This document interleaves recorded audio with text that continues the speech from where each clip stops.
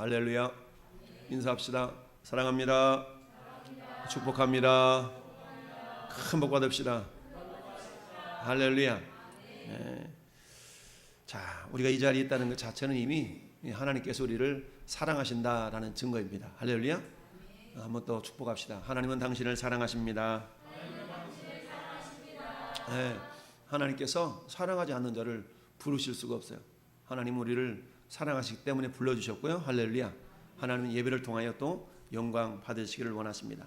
우리 사도행전 11장 보시겠습니다. 사도행전 11장. 사도행전 11장.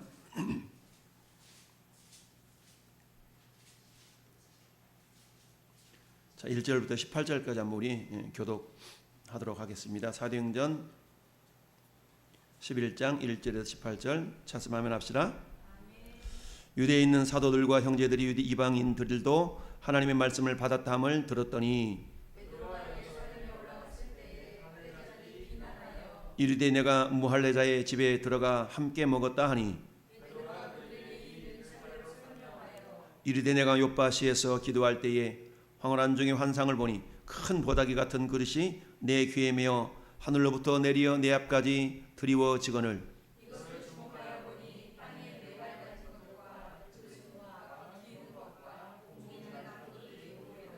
또 도련이 소리 있어 내게 이르시되 베드로야 일어나 잡아 먹으라 하거늘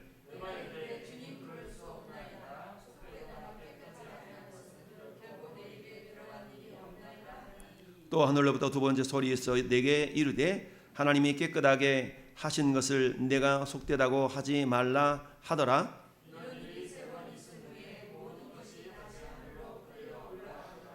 마침 세 사람이 내가 유숙한 집 앞에 서 있으니 가이사라에서 내게로 보낸 사람이라.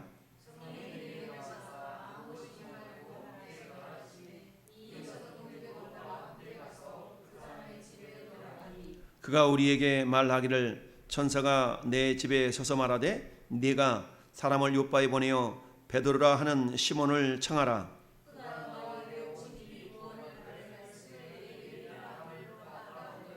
내가 말을 시작할 때에 성령이 그들에게 임하시기를 처음 우리에게 하신 것과 같이 하는지라. 너희는 명령으로 세례를 베풀으려 하신 것이 생각이 나.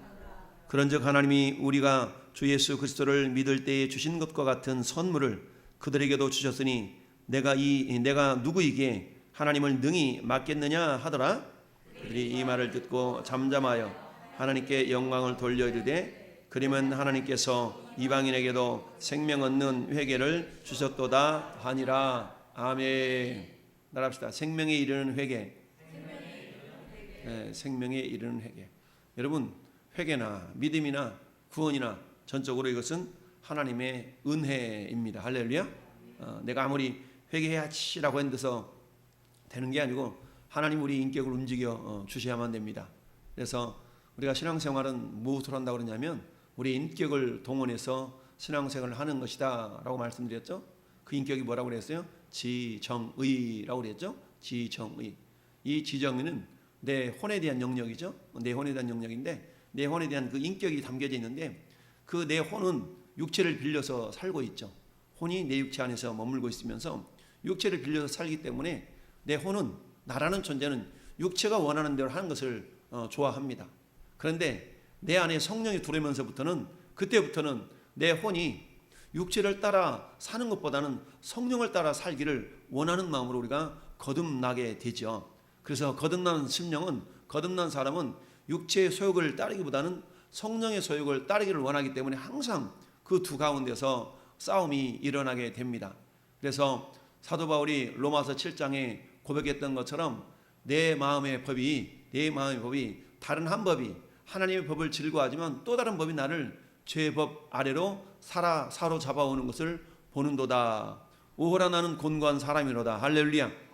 여러분 예수 믿기 전에는 없었던 갈등과 고민이 막 생겨요.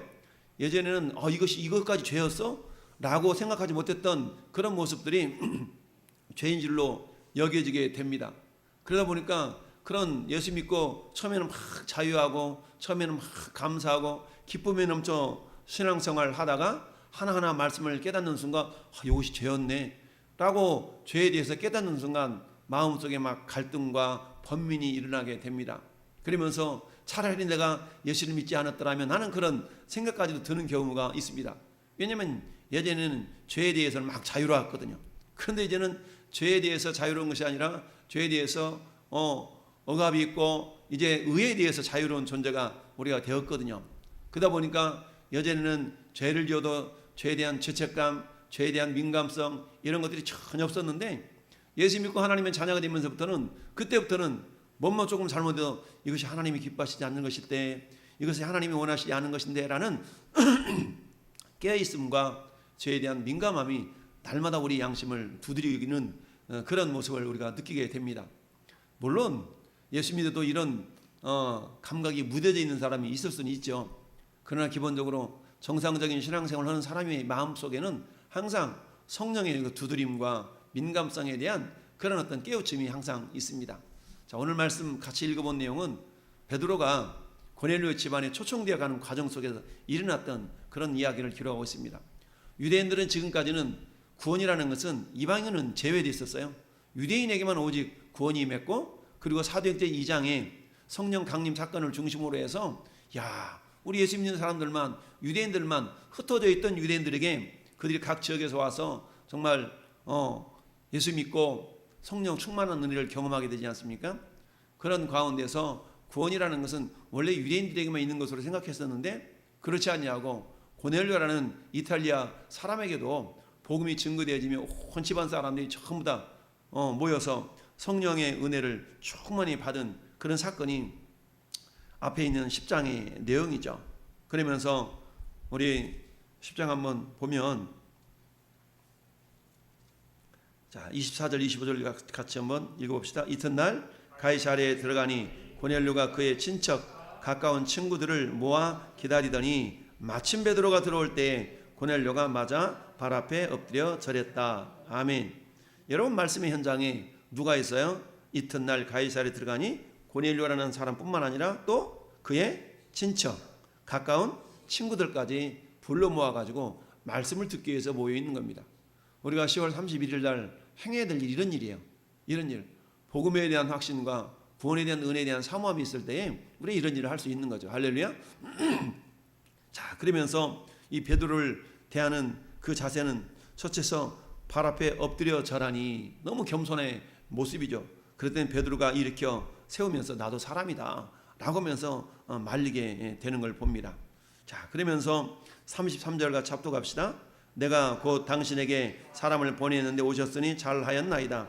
이제 우리는 주께서 당신에게 명하신 모든 것을 듣고자 하여 다 하나님 앞에 있나이다. 아멘. 자, 이렇게 고백하는 모습을 보고 베드로가 깜짝 놀라가지고 이렇게 고백합니다. 베드로가 입을 열어 말하되 내가 참으로 하나님은 사람을 외모로 보지 않는다. 할렐루야. 사람을 외모로 취하지 아니하시고 각 나라 중 하나님을 경외하며 의를 행하는 사람은 다 받으시는 줄을 깨달았도다. 할렐루야. 그러니까 조선시대에 살든 고려시대에 살든 창조주된 뭔가 하나님을 향한 그런 심성, 그러면서 하나님을 바라보는 그런 심성을 가진 자들은 하나님 어떤 방법이든지 다 구원을 이루어 가신다는 얘기입니다. 이수진 장군은 예수님 몰랐는데 어떻게 구원받죠? 우리 그런 질문들 많이 하잖아요. 그러나 그런 선한 마음을 품으면 하나님께서는 어떤 방법이든지 구원을 시킬 수 있는 것이 하나님의 역사하십니다. 그 양심을 일깨우시고 이런 방법들이 있는데, 어찌하든 이렇게 해서 고넬료 집안의 친구들과 친척들과 고넬료가 모여있을 때에 결국 어떻게 됩니까? 베드로가 복음을 전하게 되죠. 복음을 전했더니 결국 44절에 어떤 현상이 나타납니까? 베드로가 이 말을 할 때에 성령이 말씀 듣는 모든 사람에게 내려오시니, 그랬더니 어때요? 세례를 베풀어서 이제 누가 이걸 금할 수 있겠냐라고 세례를 베풀죠. 자, 이런 모습을 이제 누가 지켜봤어요? 유대인들이 지켜본 겁니다. 자, 유대인들이 지켜봐서 이제 이 베드로가 예루살렘 교회에 오고 있는데 유대에 있는 사도들과 형제들이 이방인들도 하나님의 말씀을 받았다 함을 들었어요. 그랬더니 베드로가 예루살렘 올라갔을 때 할례자들이 비난해요. 그 시대 유대인들의 신앙관은 뭐였어요? 반드시 할례를 받아야 구원을 임한다, 구원이 임한다라고 그들은 여겼던 겁니다. 그러니까 할례 받지도 않는 이방인들을 가서 뭐 세례를 베풀어 도저히 용납이 안 된 거죠. 그래서 네가 무할례 집에 들어가서 함께 먹었다 하니, 먹었다면서 이게 칭찬의 소리가 아니라 책망의 메시지로 지금 베드로에게 들려졌던 겁니다. 그랬더니 베드로가 그들에게 이 일을 차례로 설명해서 10장에 있었던 내용을 반복해서 지금 들려주고 있는 겁니다. 그러면서 18절 마지막 절에 그들이 이 말을 듣고 잠잠하여 하나님께 영광을 돌려 이르되 그러면 하나님께서 이방인에게도 생명 얻는 회개를 주셨구나. 그럼 하나님께서 생명 얻는 회개를 이방인들에게도 주셨네? 라고 비로소 받아들이는 장면이 지금 18절의 내용입니다. 자, 이걸 통해서 구원에 이르는, 생명에 이르는 회개라는 제목으로 오늘 소요리 문답 87번째 질문이 되겠습니다. 자, 87번째 질문 넘겨줘 보세요. 87번째 질문으로 네 번째 쭉 넘기면 질문 읽어볼까요? 시작. 생명에 이르는 회개가 뭐냐라고 물어보고 있습니다. 그러면 생명에 이르는 회개는 시작. 은혜인데 이로 말미암아 죄인이 자기 죄를 알고 또 온통이 여기고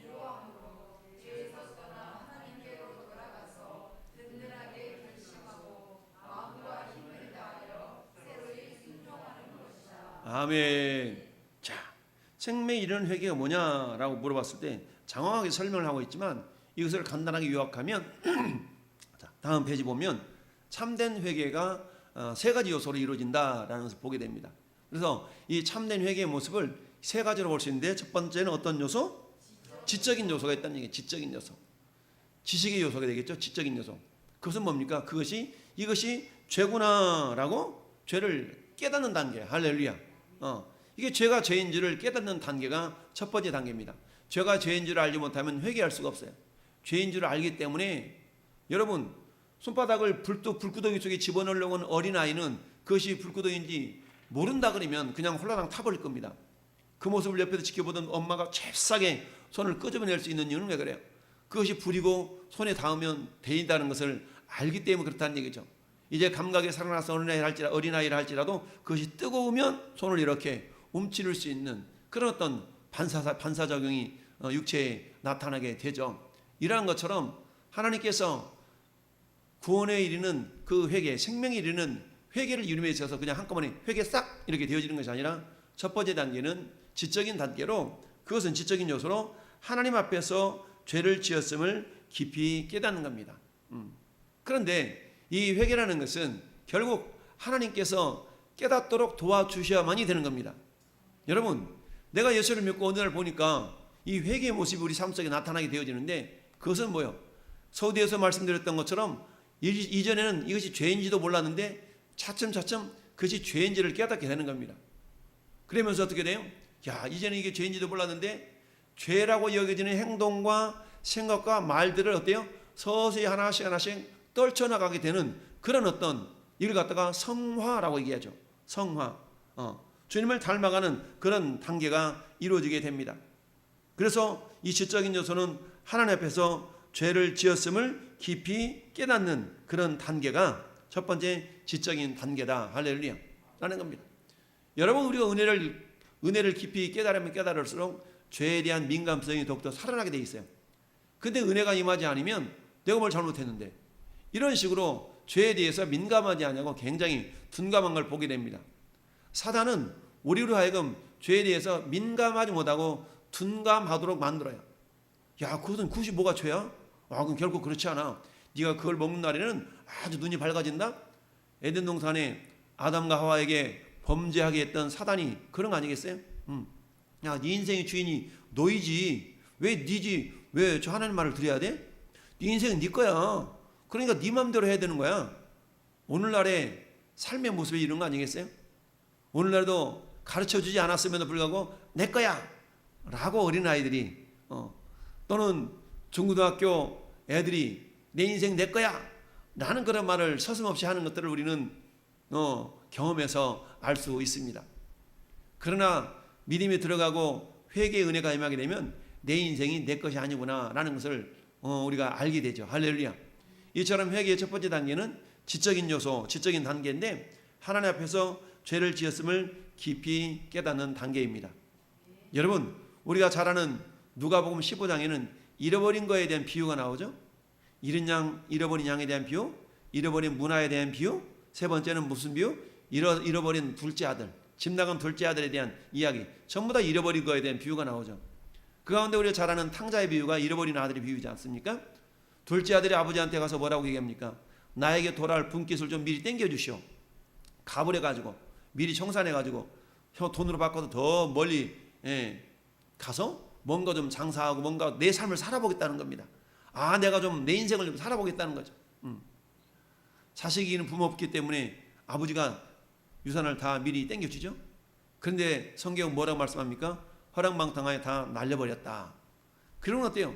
다 날려버렸으니까 집으로 돌아가기는 그렇고 어떻게 해서든지 목숨은 부지하고 살아야 되겠는데 그러다 보니까 돼지를 기르는 그런 일꾼으로 고용이 돼서 지금 살아가는 겁니다. 얼마나 비참합니까?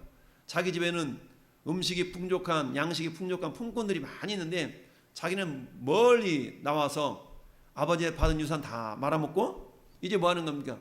돼지 치는 사람이 있는데 돼지가 먹는 쥐염열매로 배를 불리고 자는데 그것조차도 먹으라고 하는 사람이 없어. 왜? 그건 이 돼지가 먹는 거기 때문에 사람이 먹을 수 없는 거죠.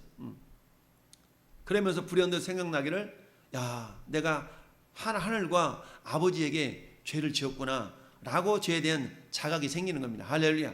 죄에 대한 자각이 생겼어. 근데 아무리 죄에 대한 자각이 생겼다 할지라도 두 번째 단계가 이루어지지 않으면 진정한 회개가 이루어지지 않습니다. 두 번째 단계는 뭐예요? 감정적 요소. 이건 뭐예요? 죄를 마음으로 슬퍼하고 미워해야 됩니다. 우리가 그렇잖아요. 자, 후회와 회개의 차이는 뭔가? 후회라는 것은 이 두 번째 단계까지만 이루어지는 걸 후회라고 얘기합니다. 그래서 지적으로 그것이 잘못됐다는 것도 알아. 그리고 마음으로 슬퍼하고 미워하기도 해. 그런데 뭐가 없어요? 의지적인 요소, 돌이킴이 없다 그러면 이것은 그냥 후회에 그치는 것이지 회개에 이르지 못합니다. 여러분, 회개에는 생명이 있지만 후회에는 생명이 없어요. 후회는 그저 사망에 이르는 겁니다. 회개는 생명에 이르는 겁니다. 할렐루야. 그래서 사도 바울이 고린도후서에서 그렇게 얘기하죠. 고린도후서를 보면 사도 바울이 고린도후서 7장에서 이렇게 얘기합니다. 내가 지금 7장 9절에 기뻐함은 너희로 근심하게 한 까닭이 아니요 도리어 너희가 근심함으로 회개함에 이른 까닭이라. 너희가 하나님의 뜻대로 근심하게 된 것은 우리에게 아무 해도 받지 않게 하렴이라. 하나님의 뜻대로 하는 근심은 후회할 것이 없는 구원에 이르게 하는 회개를 이룬다. 할렐루야. 그러니까 하나님의 뜻대로 하는 근심이라는 건 뭡니까? 맞아, 이거 하나님 안 기뻐하실 텐데 라고 하면서 애통해하는 그런 마음을 갖는 걸 말해요. 할렐루야. 그러면서 어떻게 하나님이 그런 마음을 주셨기 때문에 어떻게 해요? 세 번째 단계인 의지적인 어떤 결단을 이룰 수가 있는 겁니다. 그래서 죄를 마음으로 슬퍼하고 미워하는 단계가 있어야만이 회개에 이를 수가 있다. 그런데 마냥 슬퍼하고만 있고 이걸 행동으로 돌이키지 않는다면 그 사람은 그저 후회하는데 그치고 말지 생명에 이르는 회개에 이르는 것은 아니다라고 말할 수가 있습니다.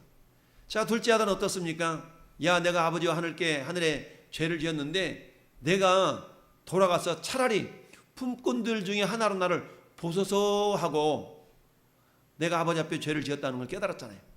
그러면 어때요? 그런 때 마음속에 돌아가야지라는 마음을 품었어요. 근데 내가 돌아간들 뭐해? 가면 내가 창피스럽지 라고 안 돌아갔더라면 여전히 그냥 후회하고만 말았을 텐데 이 둘째 아들은 뭐라고 얘기합니까? 이에 일어나. 따라서 이에 일어나. 이게 일어나서 아버지한테 갔어요.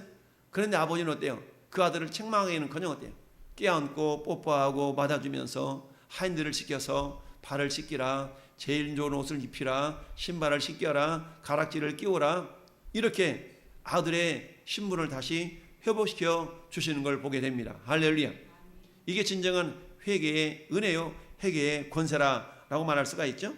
이처럼 감정적으로 죄를 슬퍼함으로 그리고 미워하는 그런 마음이 없다면 회개할 수가 없는 겁니다. 그런데 죄는 맛이 달콤하죠. 죄는 달콤하기 때문에 이 달콤한 죄를 끊어버린다는 것은 그야말로 피 흘리기까지 싸워야 되는, 어쩔 때는 그런 모습이 우리에게 필요합니다. 자, 히브리서 기자는 그렇게 얘기하고 있습니다. 너희가 피 흘리기까지는 싸우지 아니했다라고 말씀하고 있죠. 피 흘리기까지는 싸우지 않았다. 우리가 싸워야 되는데 피 흘리기까지는. 히브리서 12장 4절에 너희가 죄와 싸우되 아직 피 흘리기까지는 대항하지 아니하고 또 아들에게 권하는 것 같이 너희에게 권면하신 말씀도 잊었도다. 여러분, 죄와 싸우기 위해서 피를 흘린다. 이건 쉬운 게 아니지 않습니까? 그만큼 피를 흘린다는 것은 뭡니까? 내 생명의 해를 감당하면서까지 죄와 싸운다라는 거 아니겠어요? 손해를 감당하면서까지. 이처럼 참된 회개의 회개는 세 가지 요소가 있는데, 이처럼 죄에 대해서 자각을 하고 바다 이거 죄야, 바다 이러면 안 되지 라고 두 번째 감정적으로 싫어하고 미워하는 단계, 그리고 그것을 어때요? 죄에서 돌이키고 떠나서 그 다음 단계, 떠나는 데서 중요한 것이 아니라 따라서 말씀에 순종한다. 네. 자, 우리 앞에 소위 문답 87문 답에 대해서 그렇잖아요. 돌아서서 든든하게 결심하고 마음과 힘을 다하여 따릅시다. 새로이 순종하는 것이다. 네.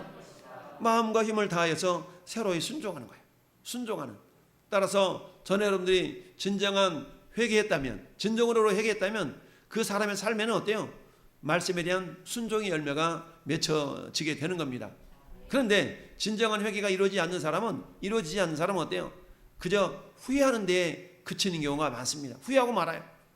이러면 내가 또 그럴 텐데 뭐 라고 후회하고 많은 경우가 많다. 자, 그래서 절대적으로 우리에게 필요한 것은 따라합시다. 죄에 대한 민감성을 회복하라. 그렇습니다. 죄에 대한 민감성을 회복해야 된다라는 얘기입니다. 민감해야 된다는 얘기죠. 그러면 죄에 대해서 민감해야 되는 그런 이유는 왜 그런가? 첫 번째, 시작. 죄에 대해 민감하지 않으면 뭐가 없다? 안 넘어갔나요? 다시 한번. 첫째, 시작.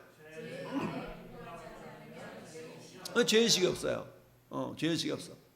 여러분, 요즘 우리 사회, 우리나라에 대두되는 가장 큰 문제가 저 성남시 무슨 동? 대장동인지 쫄병동인지 그 주택 문제 아니겠어요? 거기서 엄청난 이익을 챙기면서도 전혀 마음의 거리낌도 없고 이런 어떤 모습들, 죄에 대해서 뭐 하지 않아요? 민감하지 않으면 죄의식이 없는 겁니다.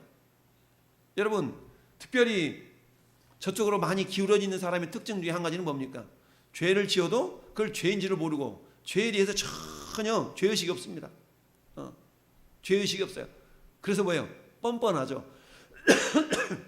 죄의식이 없어요. 뻔뻔해. 죄에 대한 민감성이 없기 때문에 그렇습니다. 그러면 죄의식이 없고 죄에 대해서 뻔뻔하고 이런 그런 사람은 결국은 어떻게 됩니까? 결국은 어때요? 하나님의 심판이 임하게 되죠.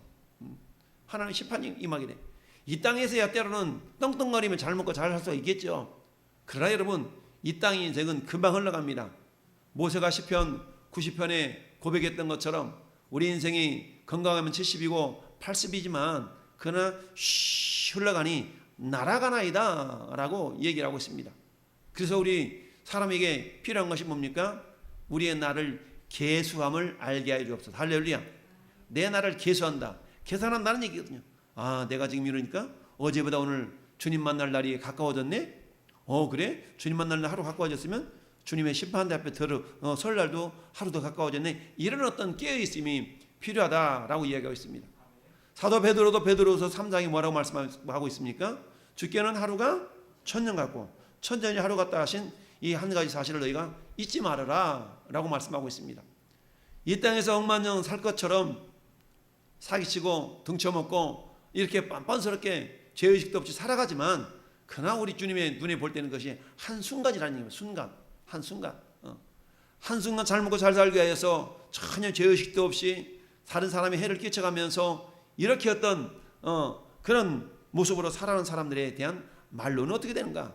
결국 그들은 영원한 지옥불의 심판을 면할 길이 없다라는 얘기죠. 그들이 살아있는 날 동안에 그래서 어떻게 돼? 회개할 수 있도록 하나님은 기회를 주시는 거잖아요. 전도서의 말씀 보니까 죄인들에 대한 책망의 심판이 심하게 빠르게 임하지 않으니까, 심판이 빠르게 임하지 않으니까, 즉각적으로 임하지 않으니까 죄인들이 죄를 범하게 뭐 한다고 그랬어요? 담대하대. 죄를 막 담대하게 저지르는 거예요. 뭐 별것도 없구만. 뭐 하나님 이 때문에 하나님 어디 계셔? 막 이러면서 심판이 즉각적으로 임하지 않으니까 죄를 지면서 담대하게 죄를 지어요.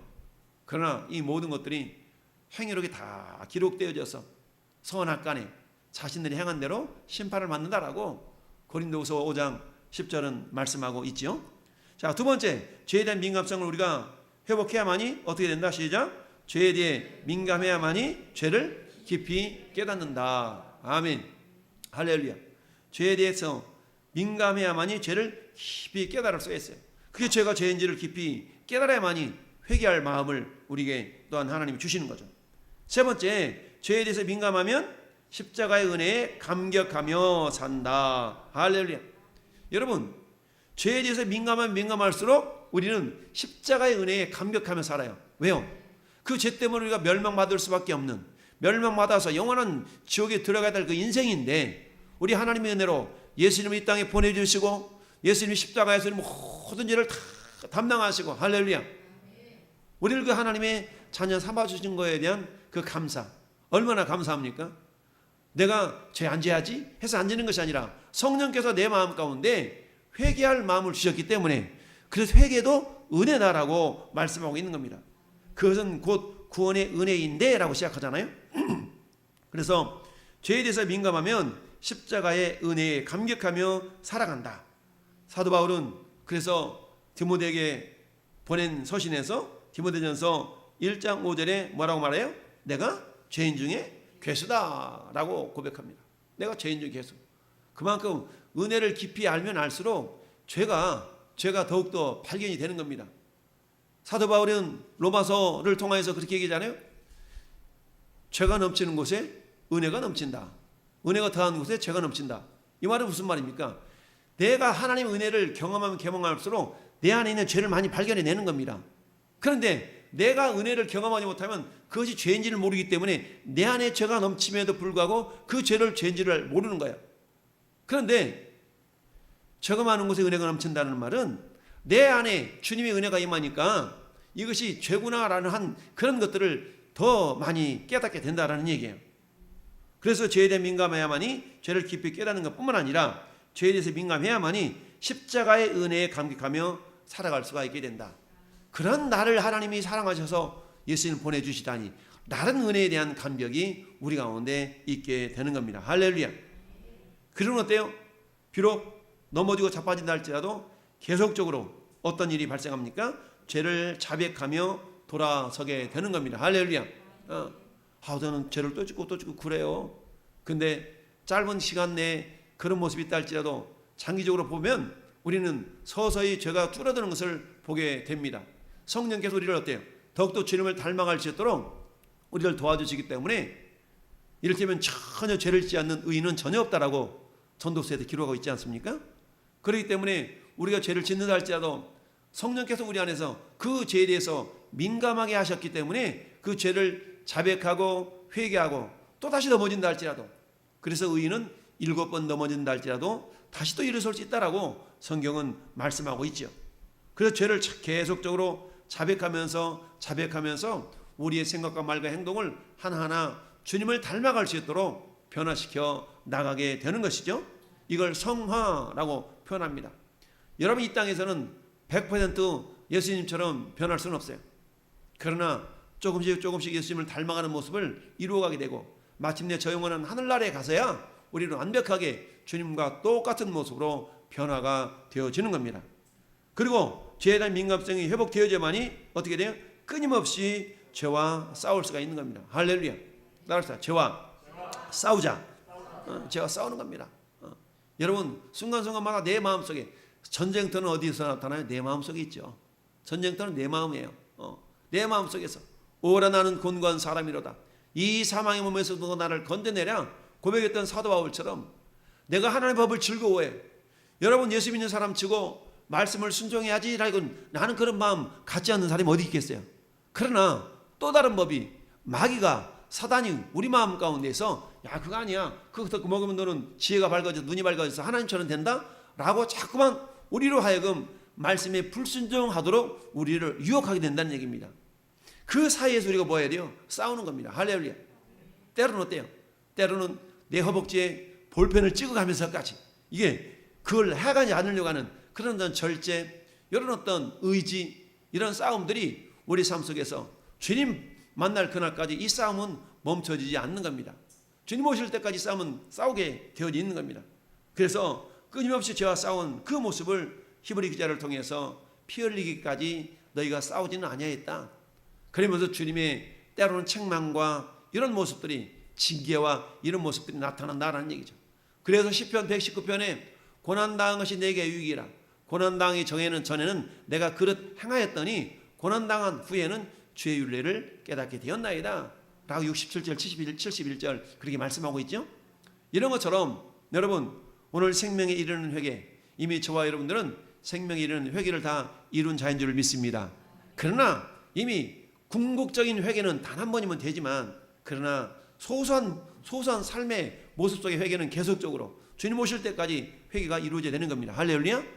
궁극적인 방향성은 한 번이죠. 주님을 향한 우리의 마음의 돌이킴은 한 번이지만 그러나 이 세상 자체가 완전하지 않기 때문에 계속적으로 사단은 믿는 자들에게도 여전히 범죄할 수 있는 유혹거리가 많이 있다는 것을 기억하면서 그럴 때마다 우리는 어때? 내가 죄에 대한 민감성을 회복할 수 있도록 날마다 말씀과 기도로 깨어서 우리가 나아갈 때 하나님께서는 우리 모습을 서서히 주님을 닮아갈 수 있도록, 그래서 성경은 경건에 이르기를 연단하라 라고 말씀하고 있죠. 예수님을 닮아갈 수 있도록 우리 자신을 훈련시키는 겁니다.